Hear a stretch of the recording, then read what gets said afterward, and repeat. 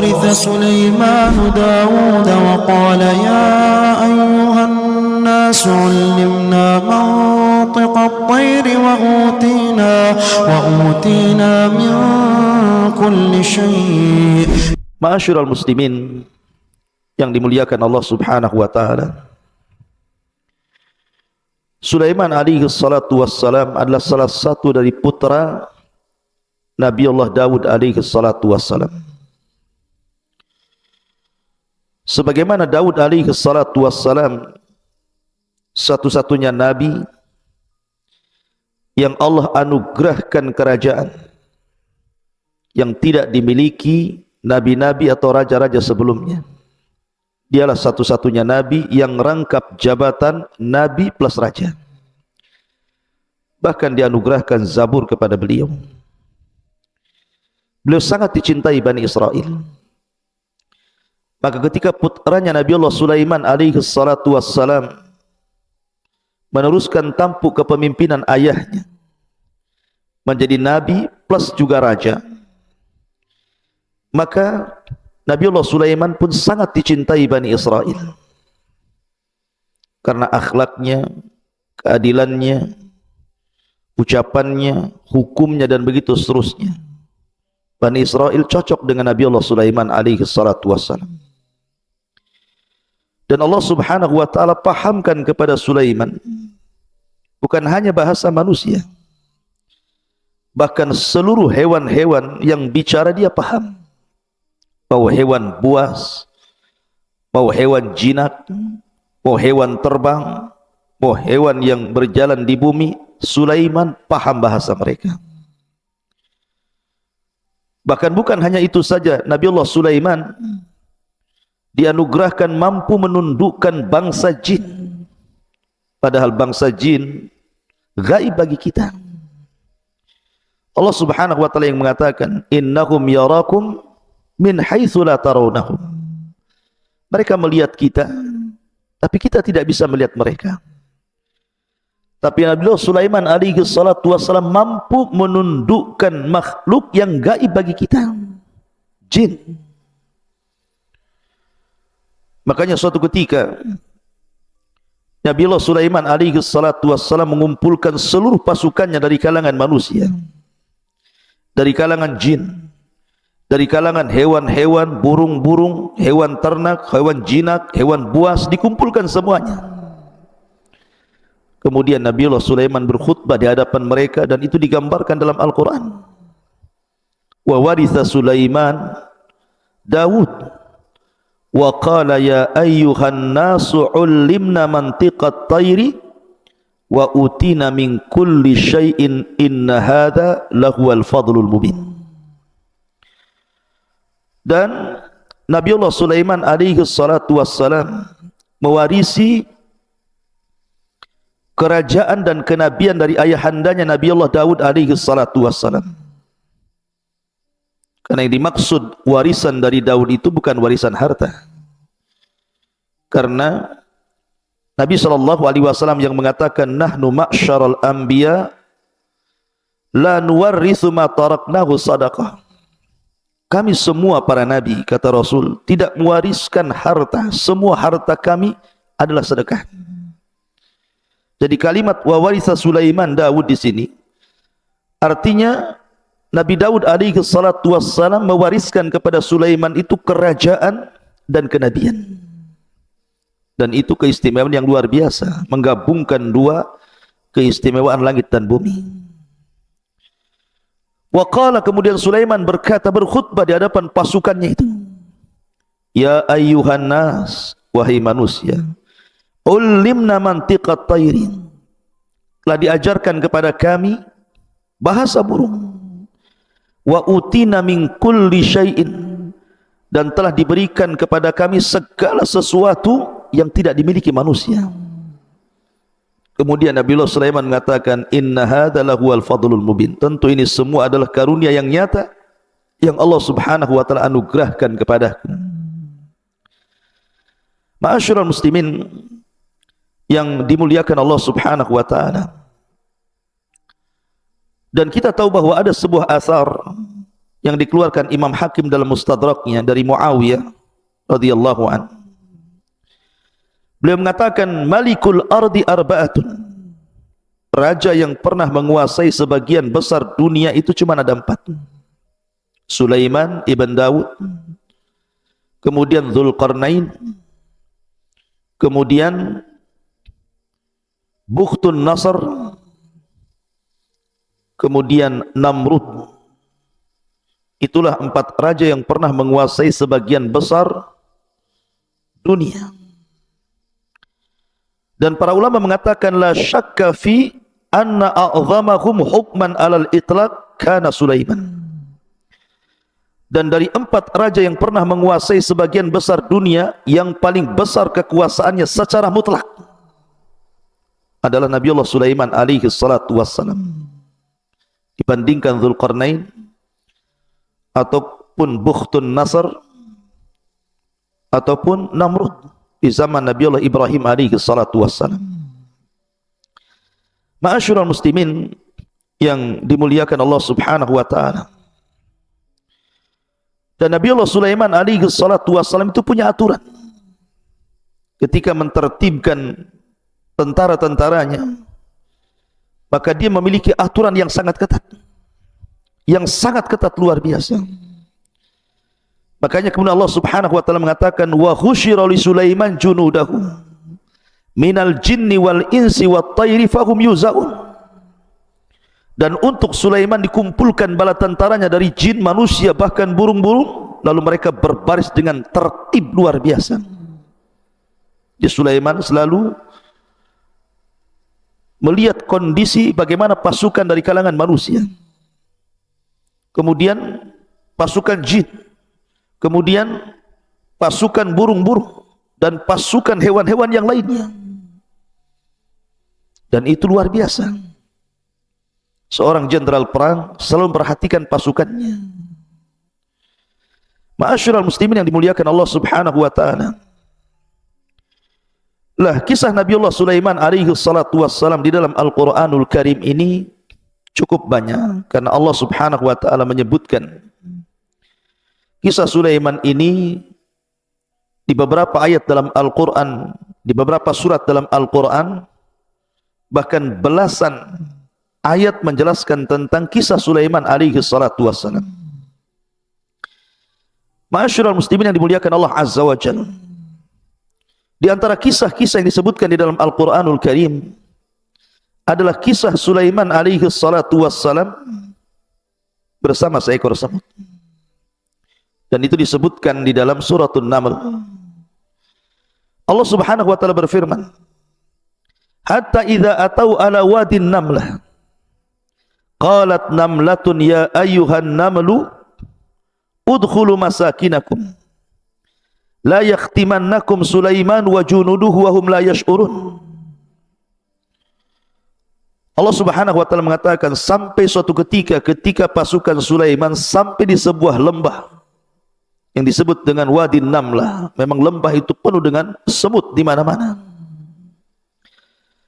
Maka dari kejauhan Nabiullah Sulaiman alaihi salatu wassalam mendengar pemimpin semut mengatakan kepada rakyatnya, maksudnya rakyat semut itu, wahai para semut, masuklah rumah-rumah kalian.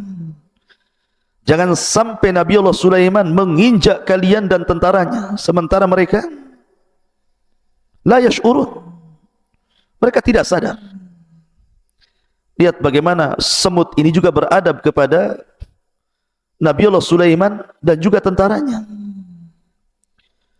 Maka mendengar bagaimana semut ini sangat berakhlak dan beradab, tidak suudzon kepada Sulaiman dan pasukannya, dan mengatakan wahum la yash'urun, maka Sulaiman pun takjub dan kemudian tersenyum. Allah katakan fatabassama dhahikam min qauliha, maka Sulaiman pun tersenyum kepada ucapan sang raja semut kepada masyarakat semut itu.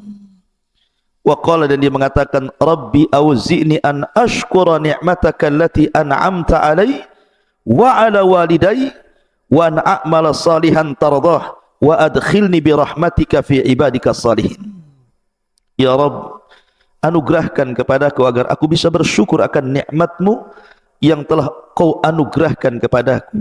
Nikmat bisa paham dengan bahasa-bahasa binatang yang tidak diberikan kepada para nabi baik sesudah dan sebelumnya, dan juga bersyukur kepada kedua orang tuaku karena sudah mewarisi kerajaan dan juga kenabian Nabi Allah Daud alaihi salatu wassalam, dan agar aku bisa beramal saleh yang Kau ridhai dan Kau masukkan aku dengan rahmat-Mu termasuk hamba-hamba-Mu yang saleh. Subhanallah, jarang sekali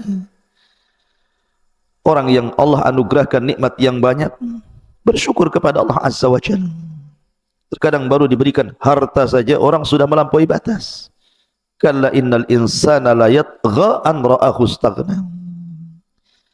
Ma'asyiral muslimin yang dimuliakan Allah Subhanahu wa taala, di sini ada faedah yang sangat besar. Dalam syariat orang dulu, maksudnya para nabi yang dulu itu, seorang boleh saja membunuh semut. Seperti yang terjadi pada salah seorang Bani Israel, nabi dari nabi-nabi Bani Israel, disebutkan dalam sebuah hadis, qarasat nabiyan minal anbiya'i namlah fa amara bi qaryatin namli fa ahrakat fa auhallahu ilaihi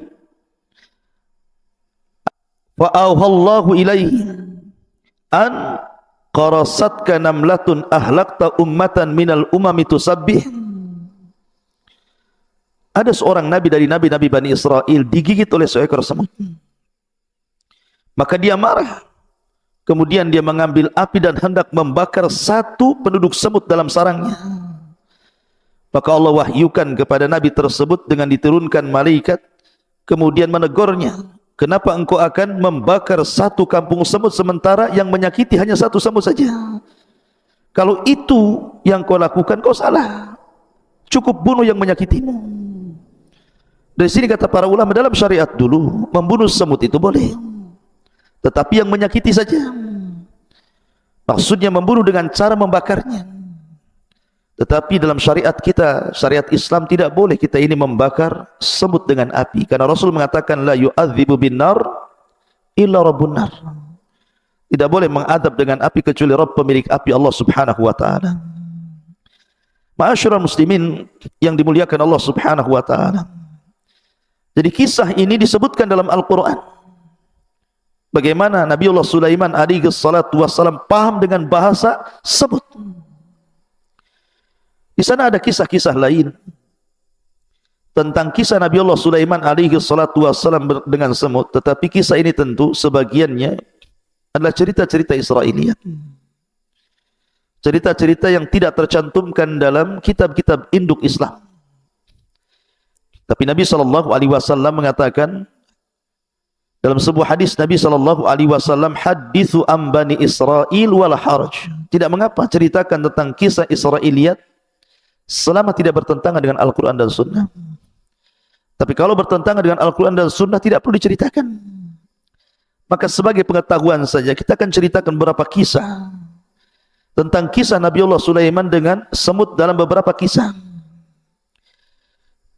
Pertama, suatu ketika Nabi Allah Sulaiman alaihi salatu wassalam duduk jalisan ala syatil bahri, duduk di tepi sungai.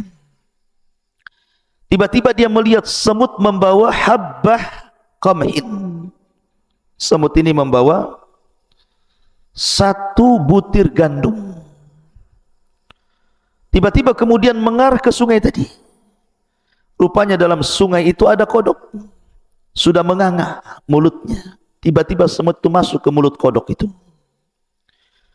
Kemudian kodok ini nyelam sampai ke dasar sungai. Nabi Allah Sulaiman memperhatikan semut itu, takjub sama sekali. Kok ada semut bawa sebiji gandum, kemudian masuk ke mulut kodok, kemudian kodoknya masuk ke dalam air. Kemudian setelah 1 jam Nabi Allah Sulaiman perhatikan, tiba-tiba kodok itu muncul lagi. Kemudian menganga kembali, semutnya keluar dari mulut kodok itu. Maka Sulaiman pun kemudian menghampiri semut itu. Kemudian bertanya, Kata Nabi Sulaiman alaihi salatu wassalam kepada semut itu, dari mana kau pergi? Membawa satu butir gandum itu. Kau masuk ke mulut kodok, kemudian kau nyelam bersama kodok, kemudian kau muncul lagi ke permukaan. Maka dia mengatakan, ya Nabi Allah, inna fi qa'ril bahri alladhi tarah sakhratun mujawwafah wa fi jawfiha dudatun amya wa qad khalaqaha Allah Ta'ala hunalik. Wahai Nabi Sulaiman, di dasar sungai itu ada sebuah batu yang berongga di dalamnya. Di dasar batu itu ada dud, semacam ulat, dan dia buta, tidak bisa melihat dan tidak bisa memberikan rizki, tidak bisa mampu mencari rizki. Maka Allah Subhanahu wa Ta'ala wahyukan kepadaku agar aku memberikan perantara rizkinya, karena dia tidak sanggup mencari rizki. Dan kodok itulah sebagai wasilah menghantarkan diriku untuk memberi makan ulat yang dalam dasar sungai itu. Dan alhamdulillah air itu tidak memadaratkan diriku, sampai aku mampu untuk memberi makan dud tersebut. Kemudian Nabi Sulaiman bertanya pada sang semut itu, wahal sami' laha min tasbih, apakah engkau mendengar bahwa ulat yang buta yang ada dasar sungai itu bertasbih kepada Allah Subhanahu wa Ta'ala? Maka sang semut mengatakan, ya. Innaha taqul, dia mengatakan, ya ma la tansani fi jawfi hadhihi as-sakhrati tahta hadhihi al-lujjah bi rizqika la tansa ibadaka al-mu'minin bi rahmatika. Maka dia mengatakan, wahai zat yang tidak pernah melupakan diriku, yang berada di rongga batu di bawah sungai ini, berikan rizki kepadaku dengan rahmatmu. Maka Nabi Sulaiman takjub dengan kisah ini. Bagaimana dud, semacam ulat di dalam sungai, dalam batu yang berongga itu bisa bertasbih kepada Allah Subhanahu wa Ta'ala. Dan ini membenarkan firman Allah Subhanahu wa Ta'ala dalam surah Al-Isra ayat 44, tusabbihu lahu as-samawatu sab'u wal ardu wa man fihin wa im min syai'in illa yusabbihu bihamdi walakin la tafqahuna tasbihahum. Dan segala sesuatu itu sumber tasbih dengan memujinya, akan tetapi kalian tidak paham tasbih mereka. Makhluk Allah bertasbih. Ma'asyiral muslimin yang dimuliakan Allah Azza wa Jalla, sekali lagi kisah ini kisah Israiliyat, tidak terdapat dalam kitab-kitab sunnah, hanya sebagai pengetahuan saja. Kemudian kisah yang kedua masih kisah Israiliyat. Jadi suatu ketika Nabi Allah Sulaiman alaihi salatu wassalam berjumpa dengan seekor semut. Kemudian Nabi Sulaiman bertanya kepada semut itu, kam yakfika minat ta'am fil amil wahid, berapa lama kau bisa bertahan dalam setahun dari makanan yang Allah rizkikan kepada? Maka kemudian sang semut mengatakan, yakfini thalatha habbatin min qamhin aw syair, kalau bagiku, kata semut ini, mencukupkan 3 butir gandum, itu sudah cukup untuk kumakan dalam setahun. Faqama Sulaiman alaihi salatu wassalam wa akhadha hadhihi an-namlah thumma wada'aha fi ulbatin wa wada'a ma'aha thalatha habbat min al-qamhi. Maka Sulaiman pun kemudian berdiri mencari botol. Kemudian dilubangi botol itu untuk supaya hawa masuk. Diambilnya semut itu, dimasukkan ke dalam botol. Kemudian diambilnya 3 butir gandum, dimasukkan ke dalamnya. Kemudian ditinggalkan begitu saja. Kemudian setelah 1 tahun sempurna, Nabiullah Sulaiman kembali untuk melihat semut yang ada dalam botol itu. Kemudian dilihatnya semut masih hidup, dan dilihatnya tidak habis. 3 butir tidak habis dalam setahun, rupanya cuma 1 butir setengah dihabiskan. Yang 1 butir setengahnya lagi tidak habis dimakan.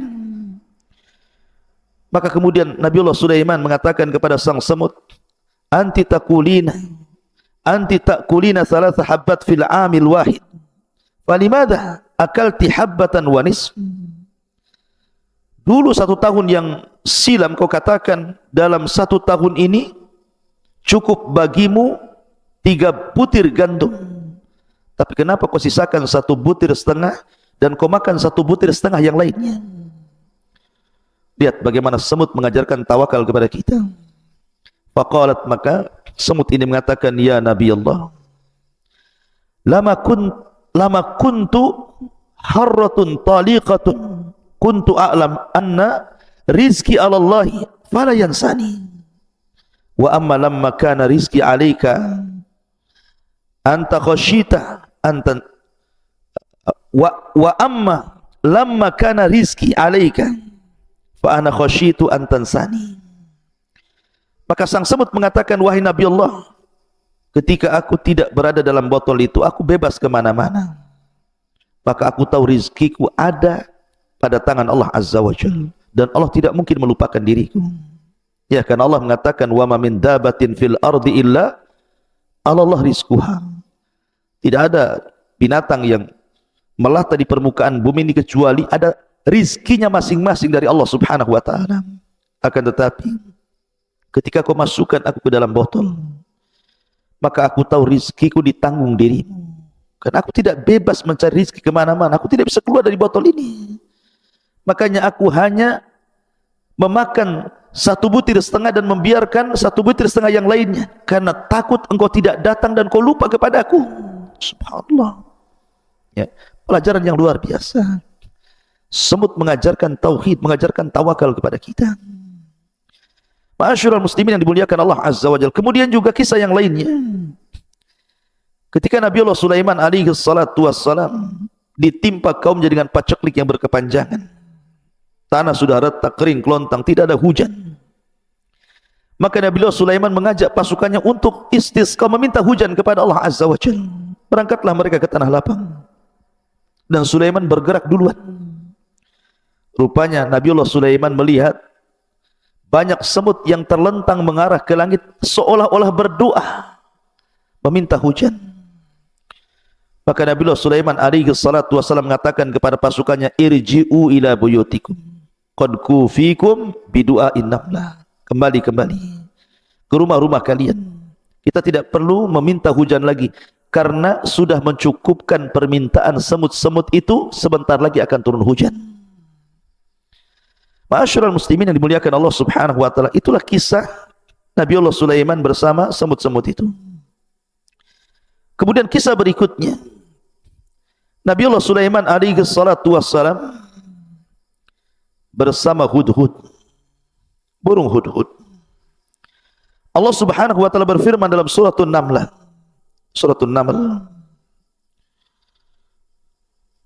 wa tafaqqada at-tayra faqala ma li la ara al-hudhuda am kana min al-ghaibin law adhibannahu adhaban shadidan aw la adbahannahu aw la ya'tiyanni bi sultanin mubin. Kebiasaan Nabi Allah Sulaiman, sekali lagi dari awal saya katakan, adalah orang yang paling teratur di dalam mengatur tentara-tentaranya, baik tentara manusia, tentara jin, tentara hewan-hewan, termasuk burung-burung. Sudah ada barisan-barisan tertentu. Jadi suatu ketika Nabi Allah Sulaiman alaihi salatu wasallam bergerak untuk berjihad, ketika itu Nabi Allah Sulaiman dan pasukannya kehabisan air. Maka yang biasa mencari air adalah hudhud. Makanya sebagian ulama ataupun mufassirin mengatakan bahwa hudhud ini seorang muhandis, seorang insinyur. Jadi tugasnya terbang ke langit, kemudian dari langit dia akan melihat ada air atau tidak. Kalau ada air, maka kemudian diberitahu kepada Nabi Allah Sulaiman, maka Nabi Allah Sulaiman akan memerintahkan jin untuk melobangi dan mengorek tempat itu, kemudian keluar sumber air. Lah, ketika itu burung hudhud tidak ada. Ketika hendak ditugaskan, tidak hadir pula dia. Makanya kemudian Nabi Allah Sulaiman alaihi salatu wassalam marah dan mengatakan, ma liyala aral hudhud. Kemana hudhud? Aku tidak melihat. am kana minal ghaibin, ataukah dia sengaja tidak hadir dalam barisan ini. Kata Sulaiman, la u'adzibannahu adzaban syadida, awas saja kalau dia sampai tidak datang dan tidak hadir dalam barisan itu, aku akan azab dia dengan azab yang sangat pedih.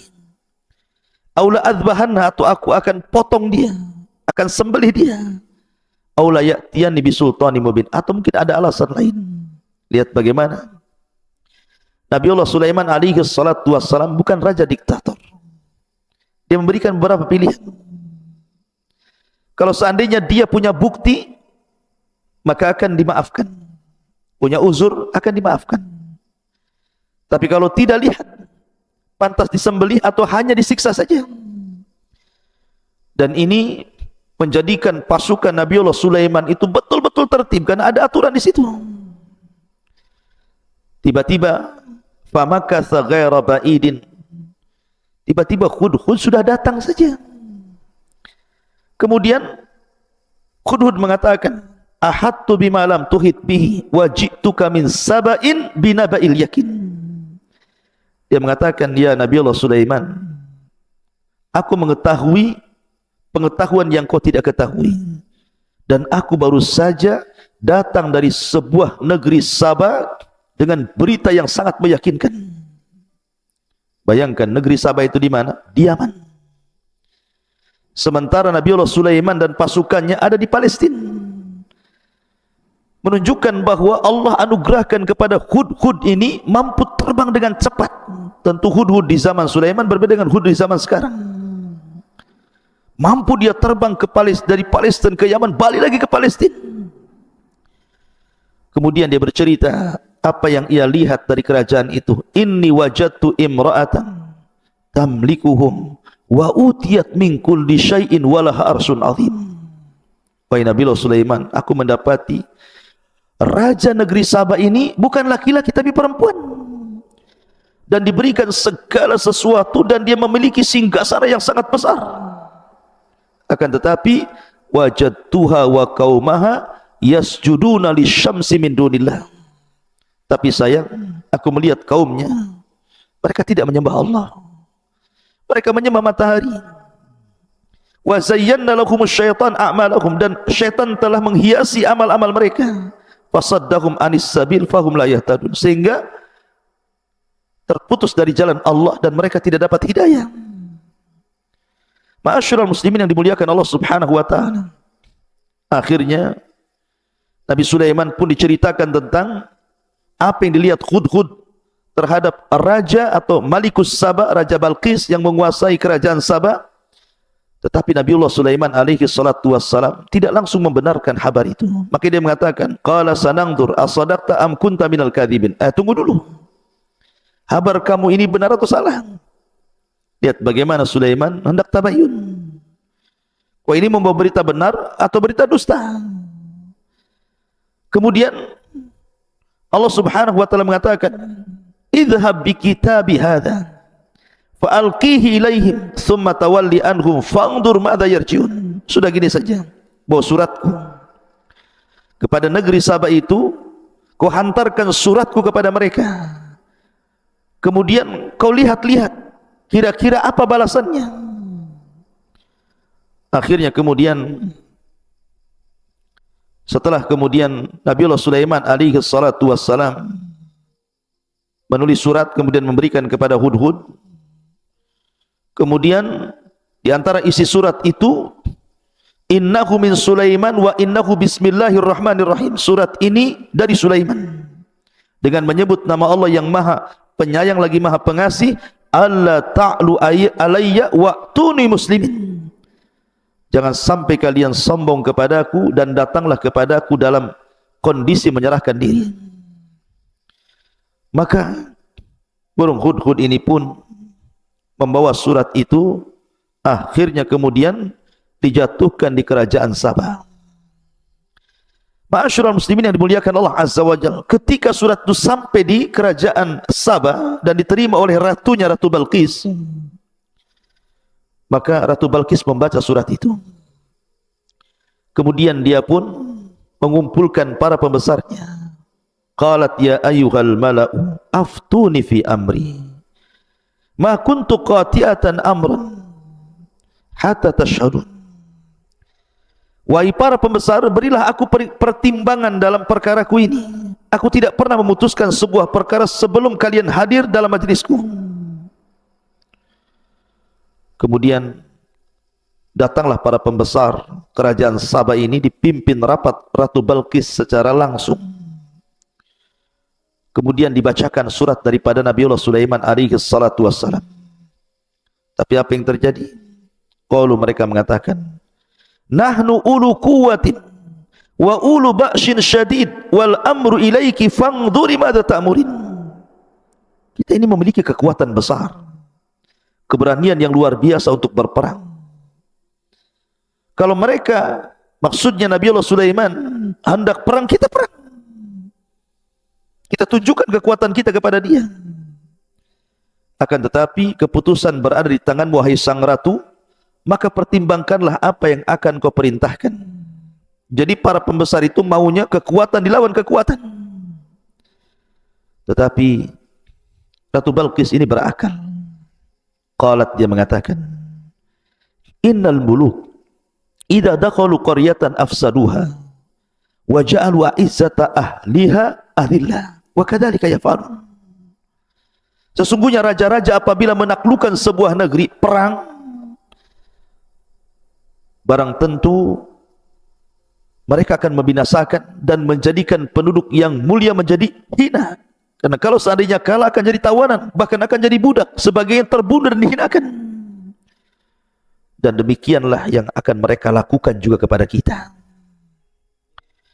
Akhirnya kemudian Balqis pun berpikir untuk memastikan apakah yang mengirim surat itu seorang nabi, betul-betul nabi, ataukah hanya gertak sambal saja, mungkin bahasanya. Kemudian dia mulai berpikir sampai mengatakan, wa inni mursilatun ilaihim bihadiyatin fanadhiratun bima yarji'ul mursalun. Dan sungguh aku akan mengirim utusan kepada mereka dengan membawa hadiah yang sangat besar, dan aku akan menunggu apa yang akan dibawa kembali oleh para utusan itu. Sudah gini saja, kita coba berikan hadiah kepada dia. Kalau dia menerima hadiah itu berarti sama saja dengan raja-raja yang lainnya. Tapi kalau dia menolak hadiah itu, ini bukan raja biasa, dia tidak menghendaki itu. Kemudian diutuslah beberapa orang pasukan dari Sabah menuju Palestina membawa hadiah yang sangat besar untuk diberikan kepada Nabiullah Sulaiman alaihi salatu wassalam. Falamma jaa Sulaiman qala atumiddunani bimalin fama atanillahu khairun mimma atakum bal antum bihadiyatikum tafrahun. Maka ketika para utusan itu menyampaikan kepada Nabiullah Sulaiman, Sulaiman berkata, apakah kamu akan memberikan harta kepadaku? Apa yang Allah berikan kepadaku jauh lebih baik dibandingkan apa yang Allah berikan kepada kalian. Tetapi kamu merasa bangga dengan hadiahmu. Kembalikan hadiah ini kepada ratumu. Kemudian Sulaiman mengancam dan mengatakan, irji ilaihim falana'tiyannahum bijunudin la qibala lahum biha walanukhrijannakum minha adillatan wa hum saghirun. Kembalilah kalian kepada mereka, balik kalian ke kerajaan kalian. Sungguh kami pasti akan datang kepada kalian dengan bala tentara yang mereka tidak mampu melawannya, dan kami akan usir mereka dari negara itu secara terhina, dan mereka akan menjadi tawanan yang sangat hina. Diancam. Ma'asyiral muslimin yang dimuliakan Allah Subhanahu wa taala. Kemudian Nabiullah Sulaiman mulai membuktikan ancamannya. Dia kumpulkan semua pasukan-pasukan pilihannya. Kemudian Nabiullah Sulaiman berkhutbah di hadapan mereka. Qala ya ayyuhal mala'u ayyukum ya'tini bi arsyiha qabla an ya'tuni muslimin. Wahai para pembesar, siapakah di antara kamu yang sanggup membawa singgasana kepadaku sebelum mereka datang kepadaku menyerahkan diri? Maka pasukan khusus dari kalangan manusia, jin dan binatang mereka pun menawarkan ide kepada Nabiullah Sulaiman. Qala ifritu minal jin ana atika bihi qabla an taquma min maqamik wa inni alaihi laqawiyyun amin. Ifrit dari kalangan jin mengatakan, akulah yang akan membawanya kepadamu sebelum engkau berdiri di tempat dudukmu, maka sungguh aku adalah jin yang sangat kuat. Itu gampang. Serahkan tugas itu kepadaku, kata jin Ifrit. Biar aku yang memindahkan istana itu di hadapanmu sebelum kau berdiri. Subhanallah. Kekuatan jin. Kemudian yang lain juga bangkit dan mengatakan, qala alladhi indahu ilmun minal kitab ana atika bihi qabla an yartad ilaika tarfuk. Seseorang yang mempunyai ilmu dari kitab berkata, aku akan membawamu singgasana Raja Balkis kepadamu sebelum matamu berkedip. Maka Nabiullah Sulaiman memilih yang tercepat. Sebelum dia berkedip, istana itu sudah harus ada di hadapannya. Falamma ra'ahu mustaqirran indahu qala hadha min fadli rabbi liyabluwani aashkuru am akfur wa man syakara fa innama yashkuru nafsi wa man kafara fa inna rabbi ghaniyyun karim. Maka ketika betul-betul singgasana Balkis dipindah oleh orang yang Allah anugerahkan ilmu ini, maka Nabiullah Sulaiman alaihi salatu wasallam memuji Allah dan mengatakan, ini semua karunia yang Allah anugerahkan kepadaku. Allah hendak menguji diriku. Apakah aku termasuk hamba Allah yang bersyukur ataukah menjadi hamba Allah yang kufur? Maka barang siapa yang bersyukur sesungguhnya itu manfaat bagi dirinya. Tapi bagi siapa yang kufur, maka sesungguhnya Rabbku adalah Zat yang maha kaya lagi maha karim, maha pemurah. Lihat bagaimana Nabiullah Sulaiman tidak lupa akan kuasa Allah, anugerah dari Allah subhanahu wa ta'ala. Ma'asyiral muslimin yang dimuliakan Allah azza wa jalla. Maka akhirnya Sulaiman pun ketika melihat istana itu sudah ada di hadapannya, Nabiullah Sulaiman ingin merubah istana Ratu Balkis itu supaya ketika Ratu Balkis datang dia tidak mengenali istananya, dirubah sedikit. Maka disebutkan Sulaiman berkata, ubahlah untuknya singgasananya. Kita akan lihat apakah dia Ratu Balkis mengenali istananya kembali ataukah tidak mengenali lagi. Falamma ja'at qila ahakada arsyuk qalat ka'annahu hu wa utinal ilma min qabliha wa kunna muslimin. Maka ketika dia Balkis datang, ditanyakan kepada dia, lihat istana yang kau masuk ini serupa enggak dengan istana? Karena sudah dirubah sedikit masalahnya. Maka Balkis mengatakan seolah-olah iya, kayaknya ini istanaku, tapi dia ragu-ragu. Dan dia Balkis pun berkata, kami telah diberikan pengetahuan sebelumnya dan kami adalah orang-orang yang berserah diri kepada Allah azza wa jalla. Subhanallah. Ma'asyiral muslimin yang dimuliakan Allah azza wa jalla. Ratu Balkis ini datang dengan pasukannya, ingin melihat apakah yang mengancam dirinya itu memang seorang nabi, seorang raja besar, memiliki pasukan dan istana yang luar biasa, ataukah hanya raja-raja biasa. Maka dia datang dengan pasukannya. Jadi ketika dia masuk ke dalam istana Nabiullah Sulaiman alaihi salatu wassalam, di bawah istana itu ada sungai. Ketika dia masuk ke dalam istana itu, dia tidak sadar menyingkap pakaian sehingga nampak betisnya, disangka dia akan masuk ke dalam air di sungai itu. Dia tidak tahu bahwa sungai itu berada di bawah kaca. Kaca, kemudian di bawahnya sungai. Nampak ikan, nampak macam-macam di situ.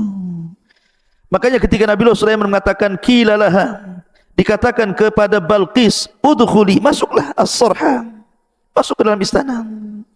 Falamma ra'athu hasibathu lujjah wa kashafat an saqaiha qala innahu sarhun mumarradun min qawarir. Qalat rabbi inni zalamtu nafsi wa aslamtu ma'a Sulaiman lillahi rabbil alamin. Dikatakan kepada Ratu Balqis, masuklah ke dalam istana. Maka ketika dia Ratu Balqis melihat lantai istana itu dikiranya kolam air yang besar dan disingkapkan penutup sehingga nampak betisnya, kata Nabiullah Sulaiman, sesungguhnya ini hanyalah lantai istana yang dilapisi kaca saja.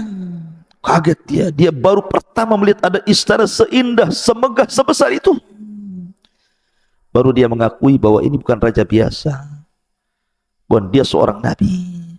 Makanya dia mengatakan, ya Tuhanku, sungguh aku telah berbuat zalim terhadap diriku, dan aku berserah diri bersama Sulaiman kepada Allah Subhanahu wa ta'ala, Tuhan seluruh alam. Akhirnya Ratu Balqis beriman dan seluruh masyarakat Sabah beriman kepada Allah Subhanahu wa ta'ala lewat perantara Nabiullah Sulaiman alaihi salatu wassalam. Subhanallah.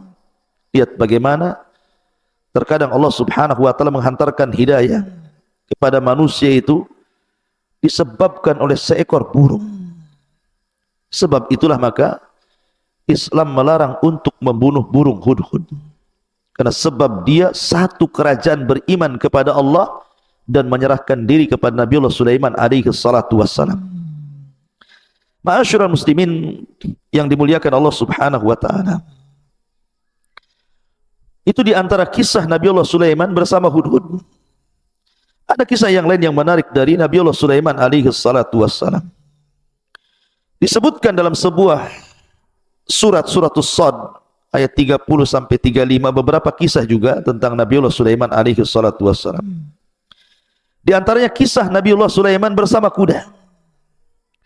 Allah Subhanahu wa taala berfirman, wa wahabna li Daud Sulaiman ni'mal abdu innahu awwab id uridu alaihi bil asyi as-safinatul jiyad qala faqala inni ahbabtu hubbal khair an dhikri rabbi hatta tawarat bil hijab rudduha alayya fatafiqa massan bis su'i wal anah. Allah Subhanahu wa taala berfirman, dan kepada Nabi Daud kami karuniakan anak bernama Sulaiman. Dia adalah sebaik-baik hamba, sungguh dia sangat taat kepada Allah Azza wa Jalla. Tentu seorang orang tua dianugerahkan anak yang saleh, luar biasa bahagianya. Ingatlah ketika pada suatu sore dipertunjukkan kepada Sulaiman kuda-kuda yang jinak tetapi sangat cepat larinya. Maka dia berkata, sesungguhnya aku menyukai segala yang baik dari kuda itu, yang membuat aku ingat akan kebesaran Tuhanku sampai dia tidak sadar matahari mulai terbenam. Maka Sulaiman pun kemudian marah kepada kuda-kuda yang sudah melalaikan dia dari solat. Bawalah semua kuda-kuda itu kepadaku. Lalu dia mengusap-usap kaki dan leher kuda tersebut. Ada sebagian ahli tafsir mengatakan bahwa Nabiullah Sulaiman alaihi salatu wasallam dicintakan dengan kuda karena dia memang suka berjihad, berperang. Maka dia suka dengan kuda-kudanya Sulaiman itu banyak, ribuan. Ya. Karena itu bagian daripada pasukannya. Jadi suatu sore Nabi Sulaiman sedang membariskan kuda-kuda itu. Karena kesukaan dia kepada kuda yang baik gitu ya. Dia bariskan kuda-kuda itu, tidak sadar kalau seandainya ketika dia membariskan kuda-kuda itu kemudian mengusap satu persatu, merapihkannya, rupanya dia dilupakan dari solat di waktu petang, solat sebelum terbenam matahari. Ketika kemudian matahari terbenam diingatkan bahwa dia belum solat. Akhirnya dia marah sama kuda-kuda itu. Kemudian dia meminta agar kuda-kuda itu didekatkan kepadanya dan dia sembelih semua kudanya. Karena disebabkan sudah melalaikan dia dari solat sebelum terbenam matahari. Subhanallah. Bagaimana Nabiullah Sulaiman alaihi salatu wassalam tidak mau ada hal-hal yang menyebabkan lalainya dia beribadah kepada Allah Azza wa Jalla. Banyak di antara kita sudah tahu perkara itu melalaikan, masih juga kita lakukan. Sudah tahu pekerjaan itu bisa melalaikan dari zikir kepada Allah, masih juga kita kerjakan. Tapi lihat, ini pelajaran besar dari Nabiullah Sulaiman alaihi salatu wassalam. Karena kuda-kuda itu, walaupun Sulaiman sangat cinta dengan kuda-kuda itu, karena melalaikan dari ibadah kepada Allah, disembelih semuanya, disedekahkan kepada fuqara wal masakin. Dari sini akhirnya Allah Subhanahu wa ta'ala gantikan kepada Sulaiman yang jauh lebih baik daripada kuda-kuda itu. Apa? Allah tundukkan angin kepadanya. Jadi biasanya dia menunggang kuda yang sangat cepat gitu ya. Akhirnya Allah ganti dengan menunggang angin sehingga dia bisa merintahkan angin itu kemana saja dia sukai. Makanya kemudian Nabi Sulaiman alaihi salatu wassalam setelah menyembelih kuda-kudanya, dan dia tidak punya tunggangan lagi karena semua disembelih dan disedekahkan kepada fuqara wal masakin, sebagai gantinya Allah tundukkan angin sebagai kendaraannya. Dan anehnya setiap Nabi Allah Sulaiman naik angin itu tidak membuat dia jatuh. Dia bisa terbang sesuka dia. Ma'asyiral muslimin yang dimuliakan Allah Subhanahu wa taala. Dan itu ada kaidah dalam Islam. Sebagaimana sabda Nabi sallallahu alaihi wasallam, "Man taraka syai'an lillahi awwadallahu khairan minhu." Barang siapa yang meninggalkan sesuatu karena Allah, maka Allah ganti sesuatu itu yang jauh lebih baik lagi. Subhanallah. Ma'asyiral muslimin yang dimuliakan Allah Subhanahu wa taala. Itulah kisah Nabi Allah Sulaiman bersama kuda. Tetapi sebagaimana manusia yang lain, Sulaiman juga terfitnah. Dia manusia sama dengan kita, tetapi Allah anugerahkan kepada dia kelebihan berupa kerajaan dan kenabian. Apa fitnahnya?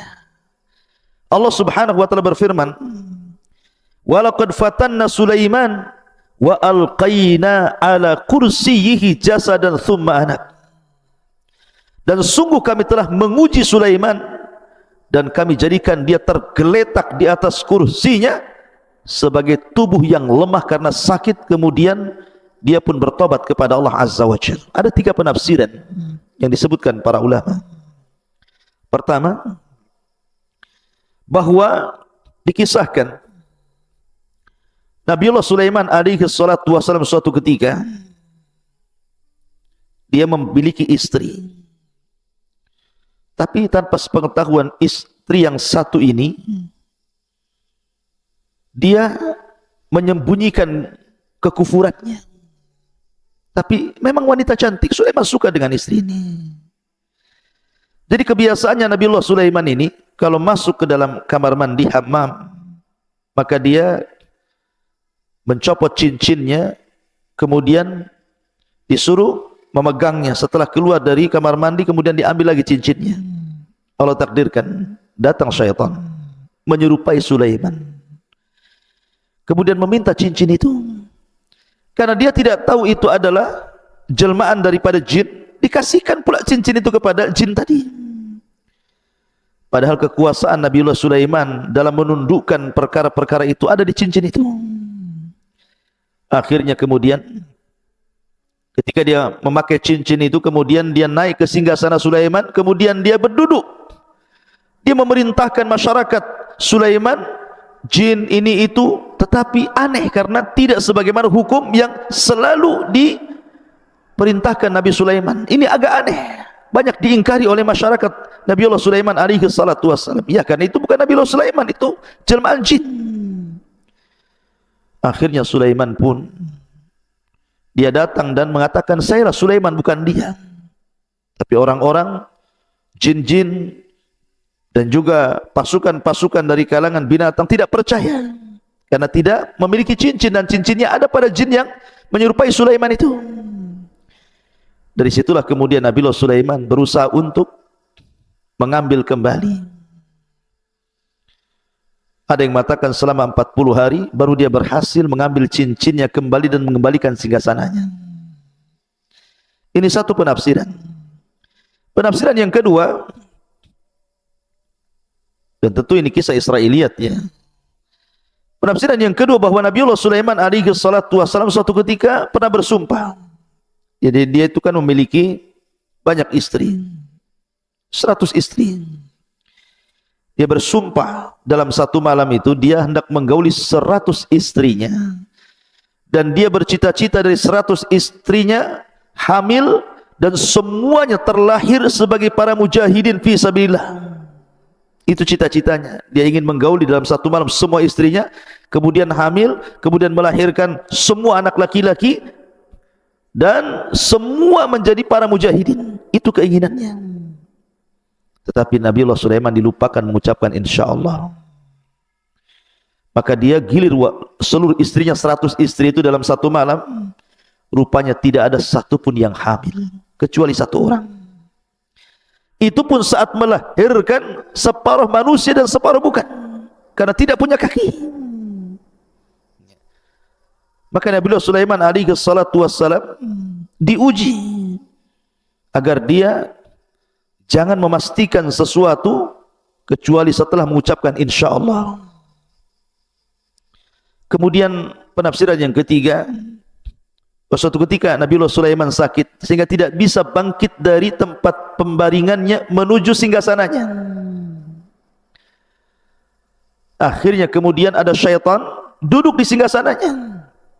Dan itu fitnah bagi Nabiullah Sulaiman alaihi salatu wassalam, yang Allah Subhanahu wa taala firmankan dalam surat ini, walaqad fattanna Sulaiman wa alqaina ala kursiyihi jasadan thumma anab.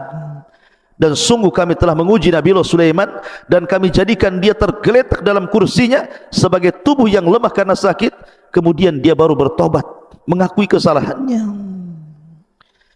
Ma'asyiral muslimin yang dimuliakan Allah Subhanahu wa taala. Kemudian juga Allah Subhanahu wa taala juga menceritakan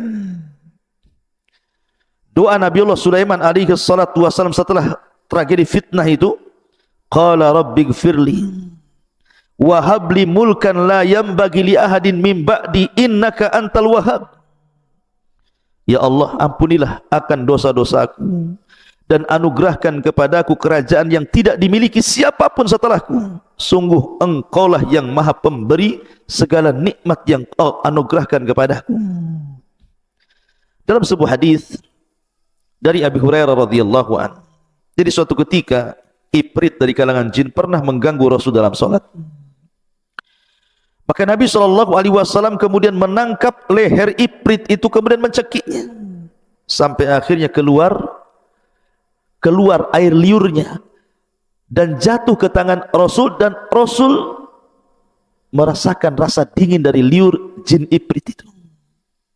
Kalau ada yang mengatakan bukankah jin terbuat dari api, kenapa liurnya dingin? Kita katakan yang terbuat dari api itu asal penciptaan jin, sebagaimana Adam dari tanah, tetapi anak turunannya tidak kan? Sebagaimana kaca terbuat dari beberapa kerikil dan pasir, tapi kalau kaca dipecahkan apakah kemudian kembali menjadi tanah dan kerikil? Kan tidak juga. Itu asal penciptaannya. Kemudian Nabi SAW mengatakan, laqad hamamtu an arbitahu ala jambi sariyati min sawaril masjid. Aku sebenarnya menginginkan untuk mengikat jin itu, jin Ifrit itu, di salah satu tiang dari tiang-tiang masjid, supaya menjadi mainan anak-anak dan penduduk Madinah. Akan tetapi tidak jadi lakukan Nabi SAW karena teringat dengan doa Nabiullah Sulaiman, rabbighfirli wa habli mulkan la yanbaghi li ahadin min ba'di. Ya Tuhanku, ampunilah aku dan anugerahkan kepadaku kerajaan yang tidak dimiliki oleh siapapun sepeninggalku. Sungguh engkaulah yang maha pemberi atas semuanya. Ma'asyiral muslimin yang dimuliakan Allah Subhanahu wa taala. Dan kita tahu bahwa ketika Nabiullah Sulaiman alaihi salatu wassalam berkuasa menjadi nabi dan rasul, dan setiap nabi tentu mendakwahkan dakwah tauhid. Walaqad ba'atsna fi kulli ummatin rasulan an ibudullaha wajtanibut taghut. Dan kami utus pada tiap-tiap umat ini seorang rasul, tugas mereka sembahlah Allah, tauhidkan Allah, esakan Allah, dan jauhi sesembahan selain daripada Allah Subhanahu wa taala. Seluruh para nabi mendakwakan dakwah tauhid, termasuk Nabiullah Sulaiman.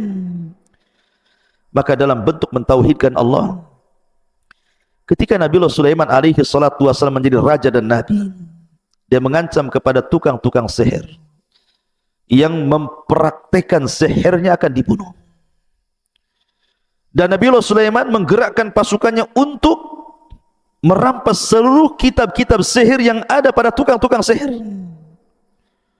Maka bergeraklah pasukan ke penjuru dunia untuk mengambil semua kitab-kitab sihir, agar jangan ada satupun yang mempelajari kitab-kitab itu. Kemudian diletakkan di satu sunduk, di satu kotak, kemudian diletakkan di bawah singgasananya.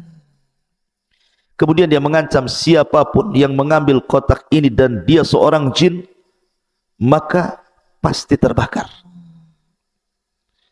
Tetapi siapapun yang mengambil kotak ini dari kalangan manusia, kubunuh dia. Maka sejak saat itu tidak ada satupun jin yang berani menyentuh kotak itu dan tidak ada satu manusia pun yang mendekatinya, sehingga menggugurkan seluruh para dukun. Tidak ada dukun-dukun lagi yang berani mempraktekkan perdukunannya. Subhanallah. Tetapi orang-orang Yahudi justru menuduh Sulaiman alaihi salatu wassalam yang mempelajari sihir untuk menyihir orang-orang, sehingga mereka mengatakan Sulaiman itu kafir.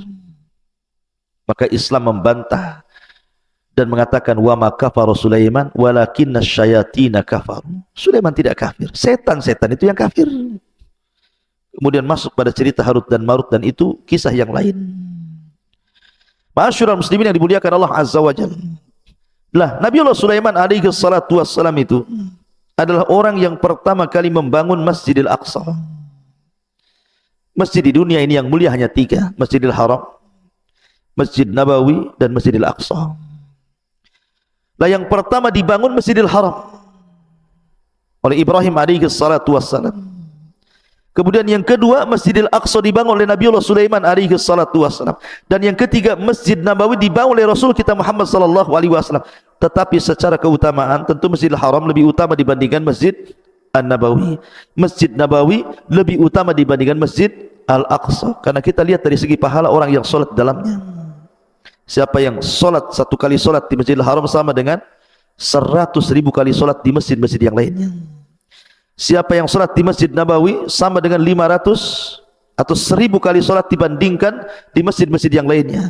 Dan sholat di Masjidil Aqsa sama dengan 500 kali sholat dibandingkan di masjid-masjid yang lainnya. Tapi secara pembangunan, maka Aqsa kedua, baru setelah itu Nabawi. Yang pertama Masjidil Haram. Nah, setelah kemudian Nabi Sulaiman membangun Masjidil Aqsa yang disebut dengan Haikal Sulaiman, yang sekarang dicari-cari. Haikal ini bangunan yang asal yang pernah dibangun Sulaiman oleh orang-orang Yahudi Israel.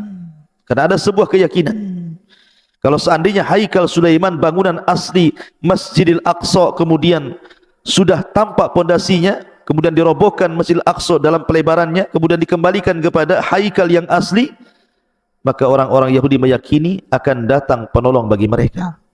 Itu keyakinan mereka, dan ini keyakinan batil. Intinya bahwa Nabi Sulaiman membangun Masjidil Aqsa. Kemudian setelah itu dia pun meminta kepada Allah Subhanahu wa taala 3 perkara. Sa'alallahu hukman yusadifu hukmahu. Pertama, Nabi Sulaiman meminta hukum yang selaras dengan hukum Allah Subhanahu wa taala. Maka diberikan permintaan pertama. Kemudian yang kedua, sa'alallah mulkan la yanbaghi li ahadin min ba'di. Dia meminta sebuah kerajaan yang tidak dimiliki siapapun sepeninggalnya, dan Allah kabulkan. Kemudian yang ketiga, Nabiullah Sulaiman alaihi salatu wassalam meminta juga alla ya'tiyahu ahadun la yanhazuhu illa shalah, bahwa siapapun yang masuk ke Masjidil Aqsa tidak ada niat kecuali salat. An yukhrijahu min khati'atihi kayaumin waladatkumu, keluar dari masjid sudah hilang semua dosa-dosanya. Dan Rasul mengatakan wa arju an yakuna qad utiyahu tsalitsa, dan aku berharap Allah Subhanahu wa taala juga memberikan permintaan Nabiullah Sulaiman yang ketiga.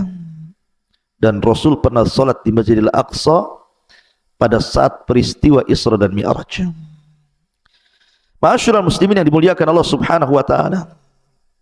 Dan banyak kisah-kisah Nabiullah Sulaiman alaihi salatu wassalam. Kita masuk pada wafatnya. Jadi disebutkan di dalam Al-Quranul Karim bagaimana wafatnya Nabiullah Sulaiman alaihi salatu wassalam. Allah katakan falamma qadayna alaihi al-maut ma dallakum ala mautihi illa dabatul ardi ta'kulu min sya'atahu falamma kharra tabayyanatil jin allau kanu ya'lamunal ghaiba ma labithu fil adzabil muhin. Maka tatkala kami putuskan akan kematian Sulaiman, tidak ada yang menunjukkan kematiannya kecuali rayap yang menggerogoti tongkatnya.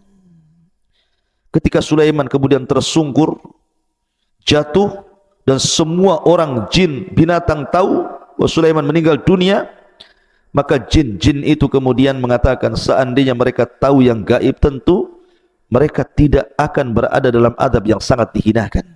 Kalau tahu Sulaiman meninggal, kami ngapain bekerja lagi, mungkin bahasa seperti itu untuk Nabi Sulaiman yang sudah mati.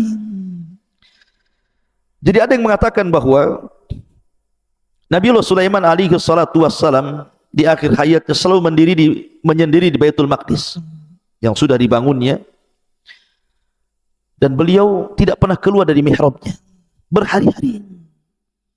Bahkan ada yang mengatakan sampai 1 tahun tidak keluar dari mihrabnya. Dia hanya menyuruh orang untuk mengantar makanan dan terus sholat dan beribadah kepada Allah subhanahu wa ta'ala. Ma'asyiral muslimin lah, pada hari pertama kemudian dia melihat di dalam Baitul Maqdis ini ada tumbuh pohon. Kemudian dia memandangi pohon tersebut dan berkata, siapa namamu? Jadi berkata kepada pohon, siapa namamu? Maka pohon itu mengatakan, namaku ini. Jauh pohon itu. Kemudian Nabi Sulaiman alaihi salatu wassalam mengatakan, melihat pohon yang lain, kamu siapa namanya dan apa fungsimu? Maka pohon ini mengatakan, aku namanya si ini dan fungsiku sebagai obat-obatan. Lalu pada akhirnya Nabi Sulaiman melihat satu pohon yang tumbuh. Kemudian ketika ditanya siapa namamu, dia mengatakan Khurubah. Khurubah itu artinya pohon perusak. Lalu Nabi Sulaiman bertanya, siapa namamu? Dia mengatakan, saya Khurubah, pohon yang akan merusak. Maka Sulaiman terkejut ketika menjawab, melihat jawaban pohon itu, dan dia mengatakan, apa maksudnya perusak? Maka dia mengatakan, aku tumbuh untuk merusak masjid ini dan juga akan merusak kekuasaan. Dari situ Sulaiman terkejut, kemudian mencabut pohon itu, kemudian menanam di dinding miliknya. Tiba-tiba kemudian Sulaiman masuk ke mihrab, berdiri salat dengan memegang tongkatnya. Rupanya di saat itulah Nabiullah Sulaiman didatangi malakul maut, kemudian dicabut nyawanya, sementara dia sedang memegang tongkatnya. Dan kita tahu seorang nabi itu kematiannya dijaga oleh Allah Azza wa Jalla, tidak mungkin dimakan bumi, sehingga jasadnya utuh seperti itu, memegang tongkat berhari-hari, berbulan-bulan, sampai genap 1 tahun, dia mengatakan 2 tahun, karena memang masjid itu masih berlantaikan tanah, tentu banyak rayap. Maka rayap itu kemudian menggerogoti dari bawah tongkat Sulaiman, kemudian makin atas, maka sampai kepada tongkat yang paling ujung yang dipegang Nabiullah Sulaiman. Ketika sudah tidak lagi bertelekan dengan tongkat itu, dia pun roboh. Maka manusia tahu, jin tahu, hewan-hewan tahu bahwa Nabiullah Sulaiman alaihi salatu wasalam sudah meninggal dunia. Falamma qadayna alaihi al-maut ma dallahum ala mautihi illa dabatul ardh ta'kulu min sa'atahu. Maka tatkala kami putuskan kematian kepada Nabiullah Sulaiman, tidak ada yang menunjukkan akan kematiannya kecuali rayap-rayap bumi yang memakan tongkatnya. Subhanallah, dia meninggal saat sholat dicabut rohnya. Begitulah pelajaran. Jangan sampai kita meninggal kecuali di atas ibadah kepada Allah Subhanahu wa ta'ala. Karena itu alamat dari husnul khatimah. Jangan sampai kita meninggal di tempat-tempat maksiat atau sedang bermaksiat kepada Allah Azza wa Jalla. Tetapi sekali lagi, riwayat ini tentu riwayat Israiliyat. Maka kita hanya memegang kepada zahir daripada ayat Al-Quran. Ma'asyiral muslimin yang dimuliakan Allah Subhanahu wa ta'ala, itulah kisah singkat dari Nabiullah Sulaiman alaihi salatu wassalam.